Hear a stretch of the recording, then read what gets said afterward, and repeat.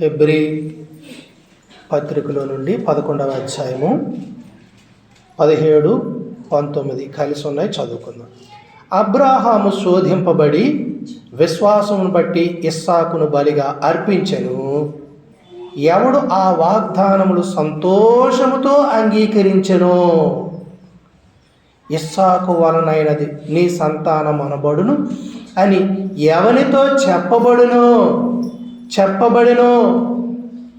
ఆ అబ్రహాము మృతులను సహితము లేపుటకు దేవుడు శక్తిమంతుడని ఎంచినవాడై తన ఏక కుమారుని అర్పించి ఉపమాన రూపంగా అతని మృతులలో నుండి మరలా పొందెను. అబ్రహాం గురించి ఎన్నోసార్లు మనం వింటాము, కానీ ఎంత శ్రేష్టమైన మాట ఇక్కడ వ్రాయబడి ఉందో చూడండి. ఈ మాటలు మన జీవితానికి అన్వయించుకొని మనము కూడా తుది వరకు విశ్వాసంలో కొనసాగిపోవాలి. అదే దేవుని యొక్క ఉద్దేశం. వాగ్దానాలు ఇచ్చినప్పుడు ఎంత ఆనందము, ఎంత సంతోషము కదా. ఆ వాగ్దానము నీ జీవితంలో పొందుకునేదానికి అర్హుడువా కాదా అనే పరీక్ష వచ్చినప్పుడు మట్టుగా మనమందరం ఏమవుతాము? తొట్టిల్లి ఆ వాగ్దానాన్ని పొందడానికి తగిన యోగ్యత లేని వారిమై అయిపోతూ ఉంటాం. కాబట్టి ఇవి చాలా శ్రేష్టమైనటువంటి విషయాలు. అందుకే అబ్రహాముకు చేయబడిన వాగ్దానం చిన్న వాగ్దానం ఏం కాదు. నీ సంతానము వల్ల సర్వలోకము ఆశీర్వదించబడుతుంది. ఇదేమైనా సాధారణమైనటువంటి వాగ్దానమా?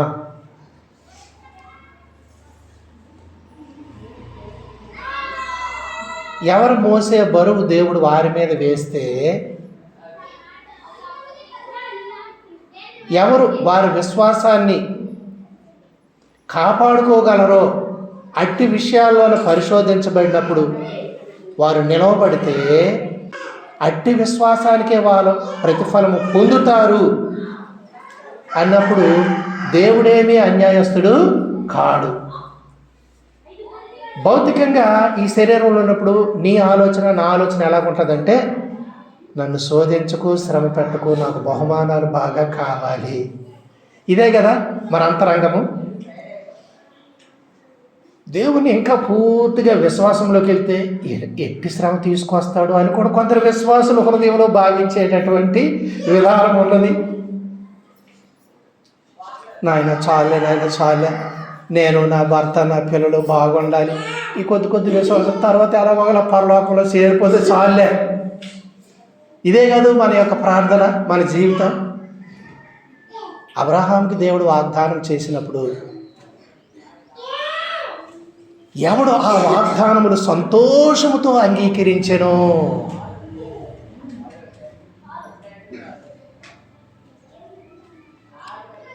ఇస్సాకు వలనైనది నీ సంతానం అనబడునని ఎవరితో చెప్పబడినో ఆ అబ్రహాము, ఆయన విశ్వాసం ఎటువంటిది?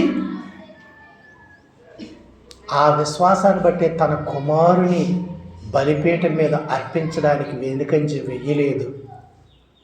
ఆయన అంతరంగములో ఆయన కలిగి ఉన్న ఉద్దేశం ఏమిటంటే, మృతులను సహితము లేపుటకు దేవుడు శక్తిమంతుడు అని ఎంచినాడు.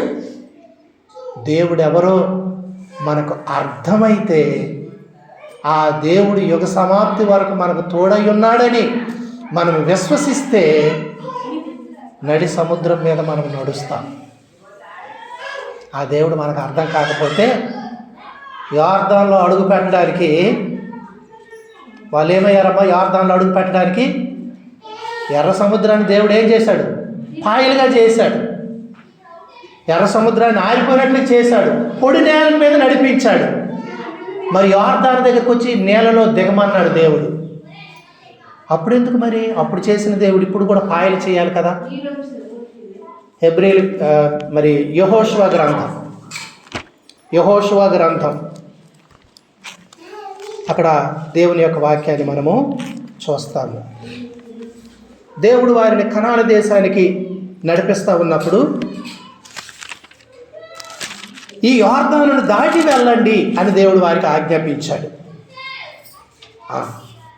ఈ యోర్దానును దాటండి అన్నప్పుడు దేవుడు యోర్దాను నీటిని ఆరిపోయినట్లుగా చేయలేదు. యోర్దానులో దిగి వెళ్ళాలి అని దేవుడు చెప్పుతున్నాడు. వారి విశ్వాసానికి ఇది పరీక్ష. కాబట్టి ప్రియమైన దేవుని పిల్లారా, ఒకప్పుడు ఎర్ర సముద్రాన్ని పాయలుగా చేసినప్పుడు యోర్దానుని ఎందుకు పాయలుగా చేయలేదు అని అంటే, నన్ను రుచి చూచారు, నన్ను విశ్వసించారు, నా శక్తి ఎంతో మీరు కనుగొన్నారు.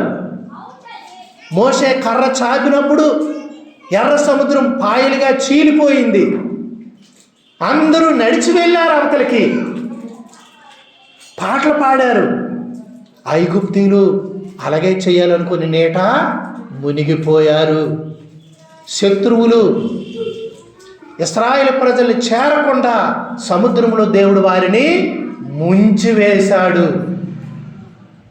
ఒకడు లోతు నీటిన రాయి వేసినప్పుడు ఎలాగ మునిగిపోతారో శత్రువులు అడుగంటిపోయారు వాళ్ళు. ప్రియమైన దేవుని పిల్లలారా, కానీ యోర్దానుని దేవుడు దాటమని చెప్పాడు. అందుకే వారికి ముందుగా మందసము నడవాలి, యాజకులు వారి భుజాల మీద మొయ్యాలి. ప్రియమైనటువంటి దేవుని పిల్లారా, ప్రజలందరూ కూడా వారి వెనకాల వెళ్ళాలి. విశ్వాస జీవితంలో నీ ఇష్టం వచ్చినట్టు నువ్వు వెళ్ళిపోకూడదు. దానికి ఒక క్రమం ఉంది. దేవుడు ముందుగా నడవాలి, యాజకులు నడవాలి, ఆ తర్వాత సమస్త జనులు వెళ్ళాలి. మందసానికి ముందుగా, యాజకులకు ముందుగా చాలామంది పారిపోవాలని చూస్తారు. నాకు బయలుపరచబడిపోయిన దేవుని వాక్యం, నాకు తెలిసిపోయిన దేవుని సత్యం అనుకుంటారు. దేవుడు రేపు సంఘం కొరకే వస్తాడు, సంఘాన్ని తీసుకుని వెళ్తాడు. సంఘముతో పాటు నువ్వు సిద్ధపడాలి. అందుకే దేవుడు 500 పరిచర్య ఇచ్చాడు. మనం మోసపోకూడదు, తప్పు బోధలకు తొలగిపోకూడదు. దేవుడు మనల్ని నడిపిస్తున్నాడు. ఆ మార్గంలో మనం వెళ్ళాలి. 3వ అధ్యాయం దేవుని యొక్క వాక్యం, యెహోషువ గ్రంథం. ప్రియమైన దేవుని పిల్లలారా, 13వ వచనము నుండి మనము చదువుతాం. చూడండి. సర్వలోకనాథుడగు యెహోవా నిబంధన మందసము మోయు యాజకుల అరకాళ్ళు యోర్దాను నీళ్లను ముట్టగానే, యోర్దాను నీళ్లు అనగా ఎగువ నుండి పారు నీళ్లు ఆపబడి ఏకరాశిగా నిలుచును. కోతకాలమంతయు యోర్దాను దాని గట్లన్నిటి మీద పొర్లి పారును. నిబంధన మందసము మోయు యాజకులు జనులకు ముందు వెళ్ళగా యోర్దాను దాటుటకై జనులు తమ గుడారములో నుండి బయలుదేరి, అప్పుడు ఆ మందసమును మోయువారు యోర్దానులో దిగిన తరువాత మందసమును మోయు యాజకులు కాళ్ళు నీటి అంచున మునగగానే పైనుండి పారు నీళ్లు బహుదూరమున సారుతాను వద్దనున్న ఆదామును పురమునకు దగ్గర ఏకరాశిగా నిలిచెను. లవణ సముద్రమును ఆరాబా సముద్రమును పారునవి బొత్తిగా ఆపబడిను.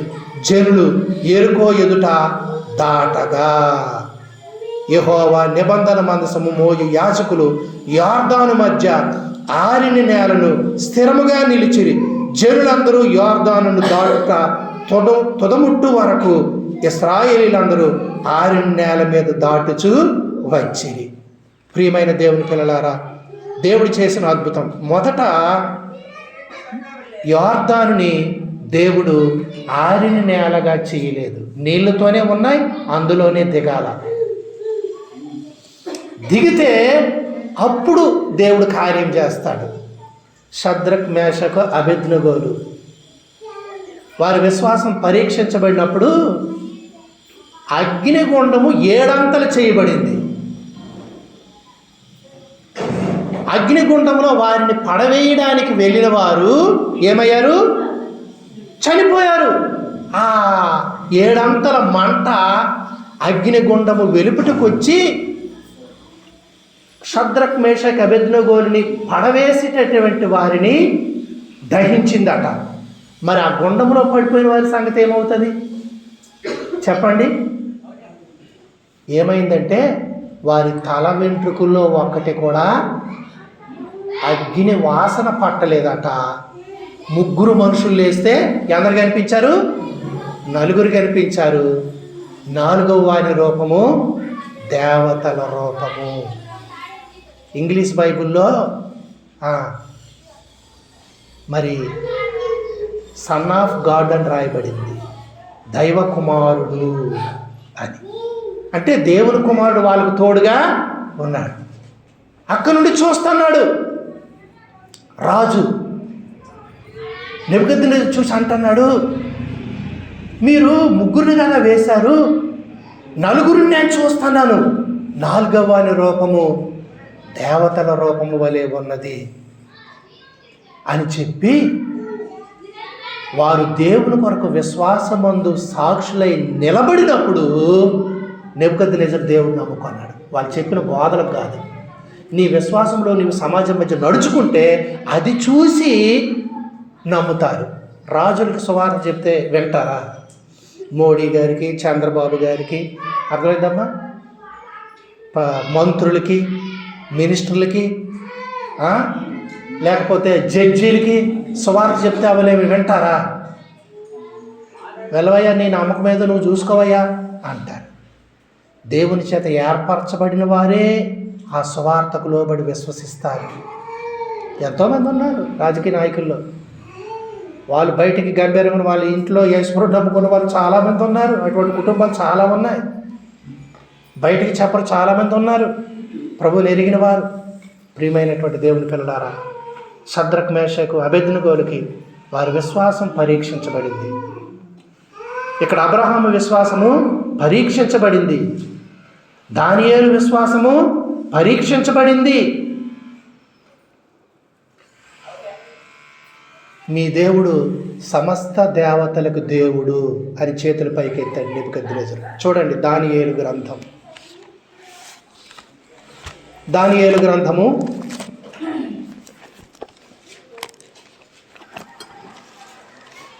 'యెహెజ్కేలు తర్వాత దానియేలు.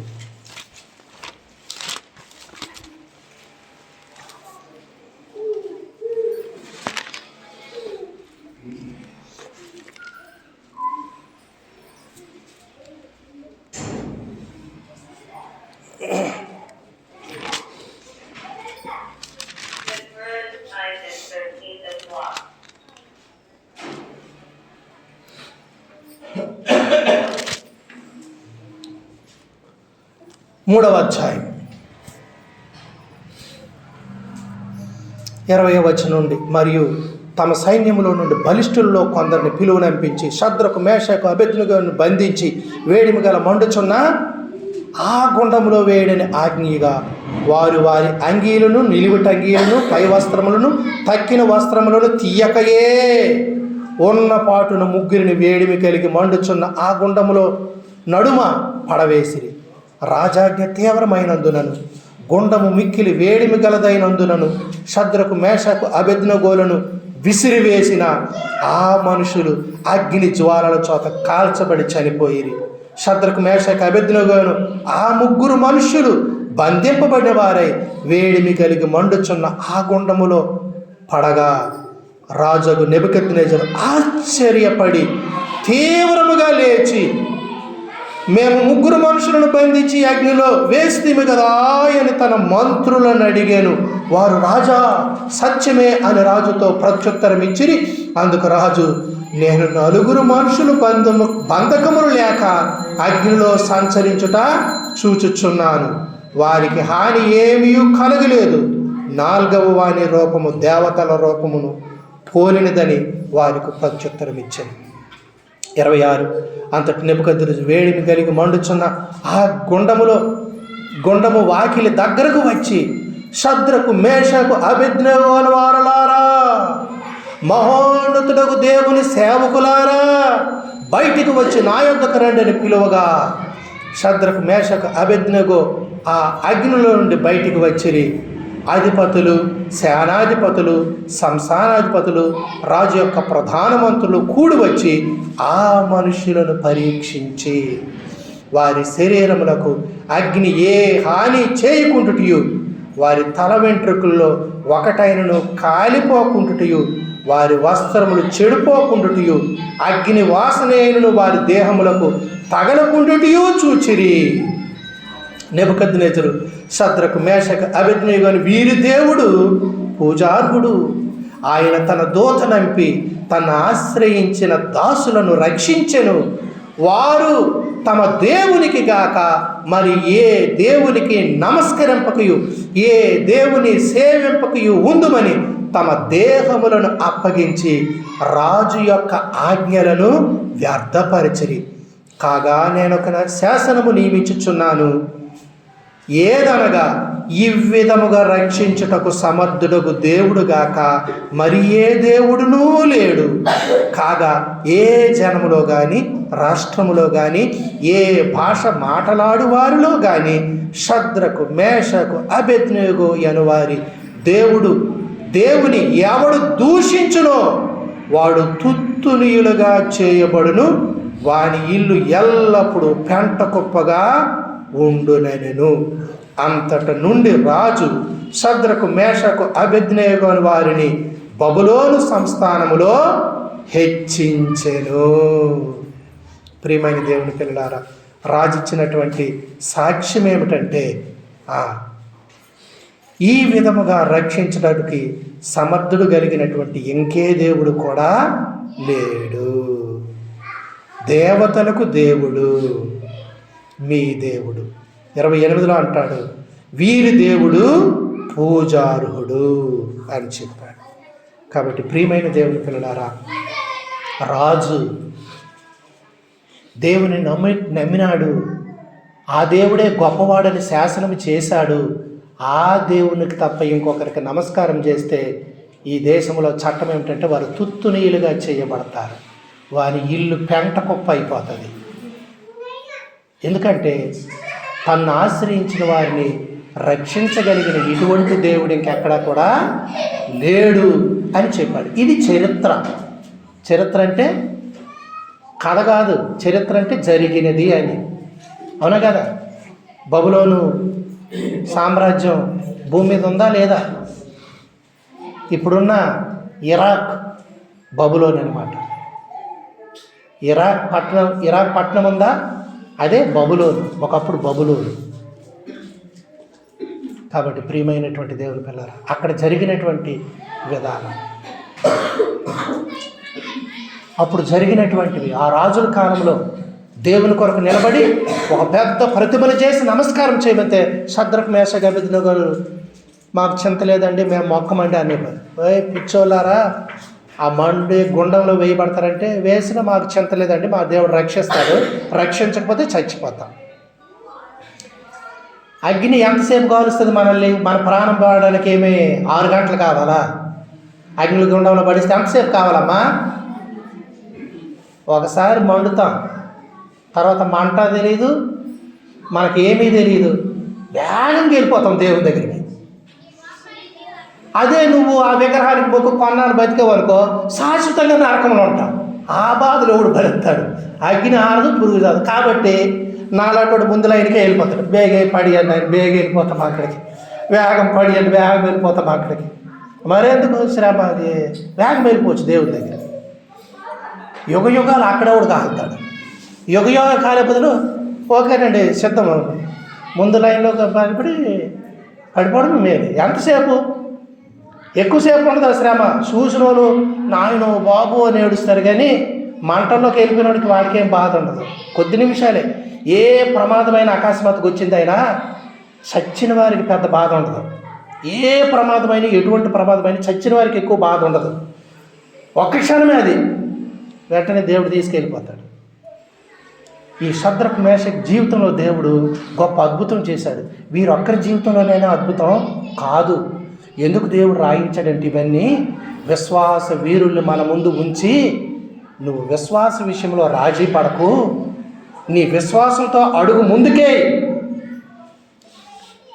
యోర్దానుని నీటితో నిండిన యాజకులు అక్కడ అడుగు పెడితే ఆ మీదన సారిత దగ్గర నీరు అవి ఏకరాశిగా నిలబడిపోతాయి. అక్కడ గట్టు లేదు, ఏమీ లేదు. నీరు వస్తుంటుంది, రింగులుగా అక్కడ ఆ గొట్ల మీద ఈ గొట్ల మీద వెళ్ళిపోతుంది, నదంట వెళ్ళకుండా. ఇది ఎవరా ఇలా చేశాడంటే, ఆ కోతకాలం అంతా పొలం గొట్ల మీద ఇలా నీరు వెళ్ళిపోతుంది, కానీ గట్టు లేకుండా కిందకి రాకుంటుంది. యాజకులు అడుగు పెట్టగానే అక్కడ నీరు నిలబడిపోతుంది. దేవుడు పరీక్షిస్తాడు నేను, నీ విశ్వాసాన్ని పరీక్ష. నీవు అడుగు పెడితే గొప్ప కార్యాలు చేస్తాడు. అదే షద్రక్ మేషక్ అబేద్నెగోల విశ్వాసం. ఇప్పుడు నా విశ్వాసం కూడా దేవుడు పరీక్షించినప్పుడు దేవుని మీద విశ్వాసం నుంచి మనం ముందుకు వెళ్ళిపోవాలి, ఆగిపోకూడదు. కాబట్టి ప్రియమైనటువంటి దేవుని పిల్లారా, దేవుడు శోధించి చూస్తాడు, పరీక్షిస్తాడు దేవుడు.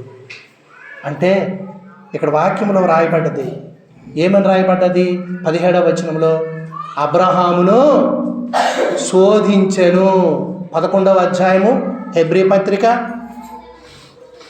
17వ వచనం చదవమ్మా.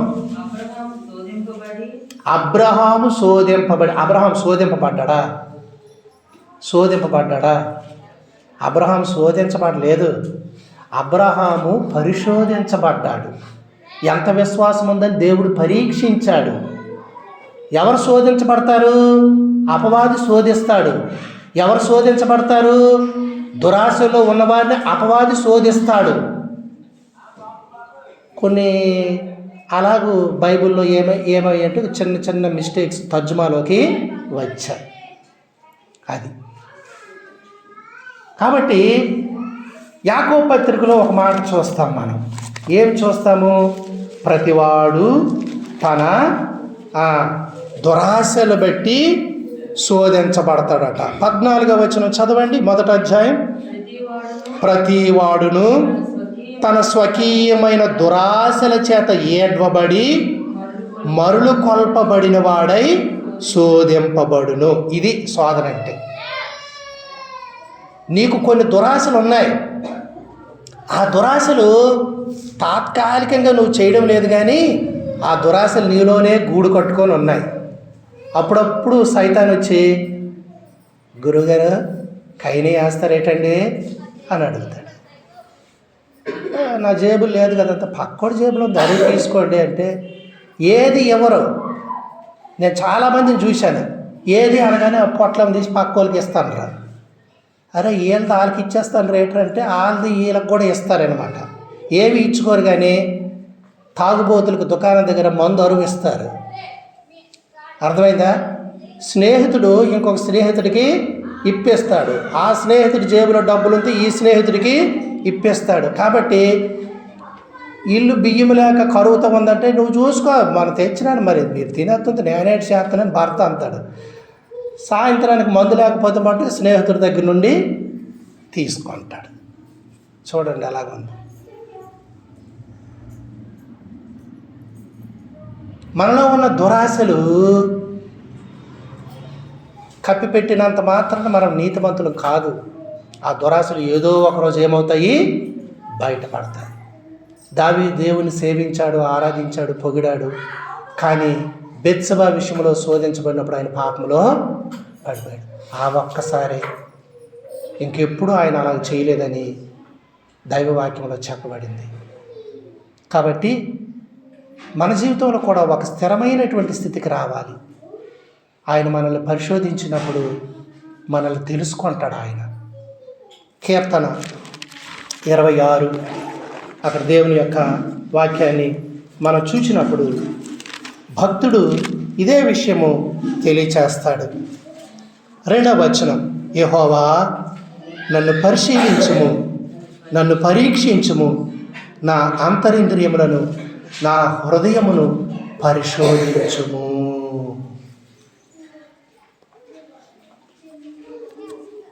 ఎక్స్రే తీస్తాను, లోపలేమున్నాయో తెలుసుకుంటాను. మనసులో ఏముందో తెలుసుకుంటే నాలాంటి వాడిని వెనక్కి వెళ్ళిపోతాను. ముందు పదండి మీరు పదండి ఎలాగ వస్తుందో రిపోర్టు. ఆఖరికి వస్తే వస్తాను, లేకపోతే పారిపోతాను. ఎందుకంటే నా దుష్టత్వాలన్నీ బయటకు వస్తే ఎలాగుంటుంది? నాయన నువ్వు మా పాస్టర్వా అంటే ఇంకేంటి మరి నాది ఏమైనా ఉంటుందా నా జీవితం?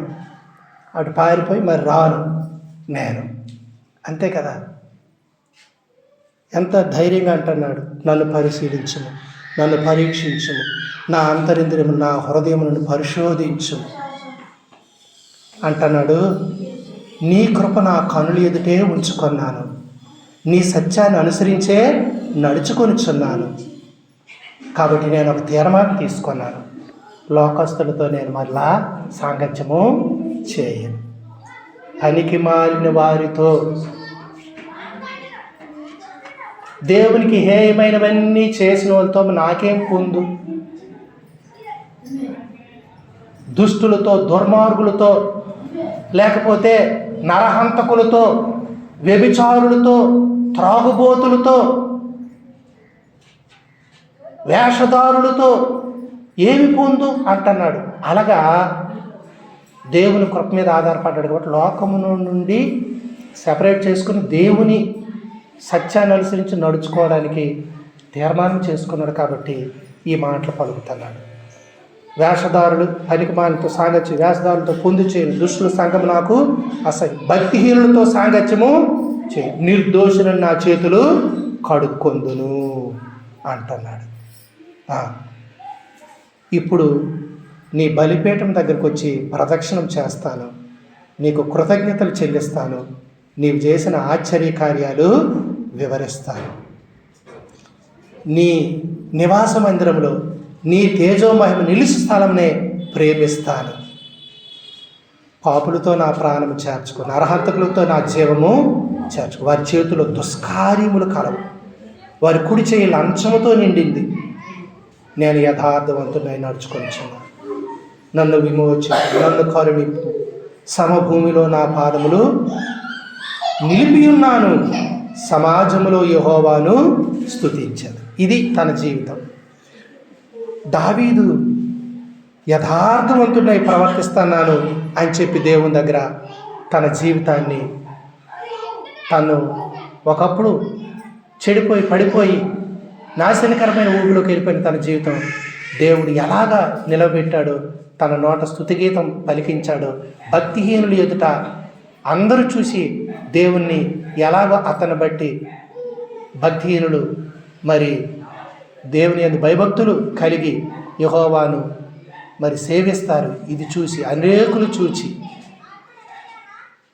అతని నోట స్తుతిగీతం చూసి, అతని ప్రవర్తన చూసి, అతని యొక్క జీవితాన్ని చూసి మారిన అతని నిర్ణయము, జీవిత విధానము, యథార్థత కలిగి దేవుని సత్యాన్ని అనుసరించి నడుచుకున్న విధానం మన జీవితాల్లో పరిశీలన చేస్తే, దేవుడే శోధించి చూస్తే, పరిశీలిస్తే మన విశ్వాసం కనుగొంటాడా దేవుడు? ఆలోచించండి. ఇక్కడ ప్రతివాడు శోధించబడేది ఎందుకంటే తన యొక్క మరి పాపాన్ని బట్టి. 13వ వచనంలో కీడు విషయమై శోధింపబడు నేరడు. దేవుడు కీడు విషయమై శోధింపబడు నేరడు. ఆయన ఎవరిని శోధింపడు. దేవుడు శోధించడు. అంటే నీ విశ్వాసం ఎంత ఉందో పరిశోధించి తెలుసుకుంటాడు, కానీ నీ పాపాన్ని బట్టి నువ్వు శోధించబడతావు. కనుక ఎవడైనా శోధించబడినప్పుడు నేను దేవుని చేత శోధించబడుతున్నాను అనకూడదు. 14వ వచనంలో యాకోబు 1:14లో ప్రతివాడు తన స్వకీయమైన దురాశ చేత ఏడ్వబడి మరలు పల్పబడిన వాడై శోధించబడును. దురాశ గర్భము ధరించి పాపము కనగా, పాపము పరిపక్వమై మరణము కను. నా ప్రియ సహోదరులారా, మోసపోకుడి. మన జీవితంలో జాగ్రత్తగా ఉండాలి. మనము మోసపోకూడదు. అపవాది ప్రతిరోజు శోధించి మనల్ని మన హృదయంలో ఆశల దురాశల వైపు తిప్పాలనుకుంటాడు. కాబట్టి దేవునికి మన జీవితాలు దావీదులాగా అప్పగించుకోవాలి. అబ్రహామును పరిశోధించి చూచినప్పుడు ఎవని మూలముగా ఆయన ఆశీర్వదించబడ్డాడో, సంతోషంతో ఆ వాగ్దానాలు స్వీకరించాడో, 12వ అధ్యాయంలో ఆదికాండములో నిన్ను దీవిస్తాను, నిన్ను గొప్ప చేస్తాను, నీ సంతానము మరి వలన సమస్త దేశాన్ని నేను ఆశీర్వదిస్తాను దేవుడు చెప్పాడు. అది సంతోషం అనిపించింది.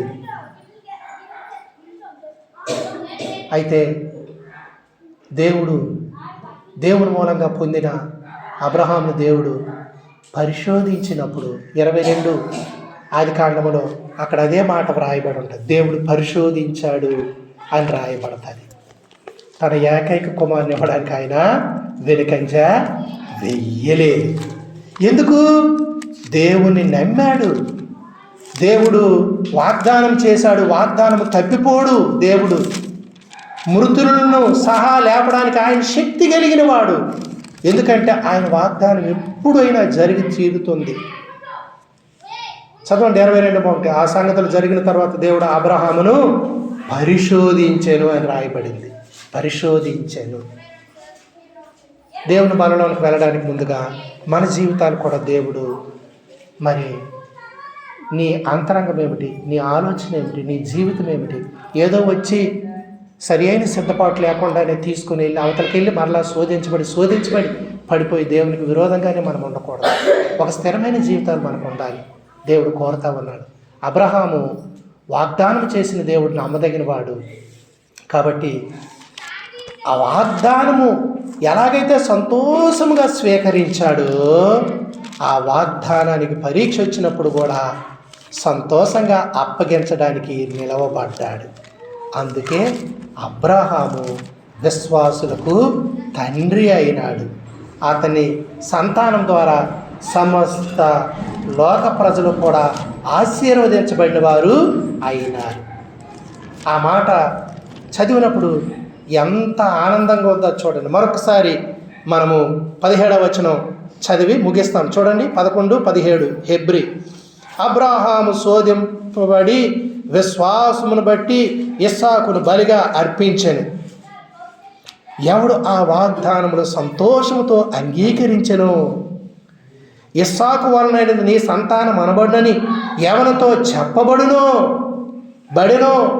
ఆ అబ్రహాము మృతులను సహితము లేపుటకు దేవుడు శక్తిమంతుడని ఎంచిన వాడై తన ఏక కుమారుని అర్పించి ఉపమానముగా అతనిని మృతుల్లో నుండి మరలా పొందెను.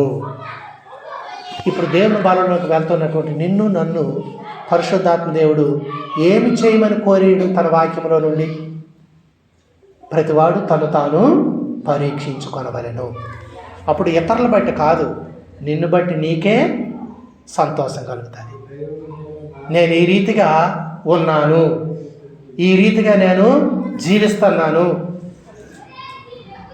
ఇంకా జీవించిన నీ కృపే నాకు ఆధారం, ఇంకా ఏ బలహీనతలున్నా సరిచేసి నన్ను నిలవబెట్టాలా, అదే ఆలోచన మనం కలిగి ఉండాలి. కానీ ఇలాగే పడిపోతాను, ఇలాగే చెడిపోతాను, ఇలాగే దేవుని వల్ల పాలు పొందుతాను అనే వైఖరి మనం ఉంటే ఎప్పుడు మనం సంపూర్ణము కాలేము. కనుక దేవుడు ఏమి ఆశిస్తున్నాడో, ఏమి కోరుతున్నాడో అదే మన ఆలోచన, ఆచరణ, గ్రహింపు అయితే అందులో నిలబడడానికి ఆయన కృపా సహాయం మనము అడుగుతాం, వేడుకుంటాం. వేడుకున్నవన్నీ ఆయన మనకి దయచేస్తాడని నమ్మి పొందుతాం, స్థిరులమవుతాం. ప్రభు రాకడలో నిందారహితులుగా ఆయన రాకడలో ఎత్తబడి ఆయనతో పాటు యుగ యుగాలు ఉంటాం. కనుక యోగ్యమగు రీతిగా దేవుని బలలో మనము పాలు పొందాలి. మన జీవితాలు పరీక్షించుకొని మన హృదయాలకి ఏ విషయము నేరారోపణ తోస్తుందో ఆ విషయాల్లో దేవునితో సమాధానపరుచుకొని ఒప్పుకొని విడిచిపెట్టి మనము మిగిలిన వాటి కొరకు మరి ఇంకా సంపూర్ణ అవడానికి వారము దినదినము కూడా అదే మనసు కలిగి ఉన్నప్పుడు ఒక దినాన ప్రభు వాగ్దానం చేసిన వాడు తన సంపూర్ణతను మనకి తీసుకొస్తాడు. మిమ్మల్ని పిలిచిన వాడు నమ్మకమైన వాడు కనుక అలాగూ చేస్తాడు. మీ ప్రాణ, ఆత్మ, జీవము మన ప్రభు అయిన యేసుక్రీస్తు రాకడ యందు నిందారహితంగాను నిర్దోషముగాను ఆయన నిలవబెట్టడానికి శక్తిమంతుడు. ప్రభు మనకు సహాయం చేయనుగాక. ఆమేన్.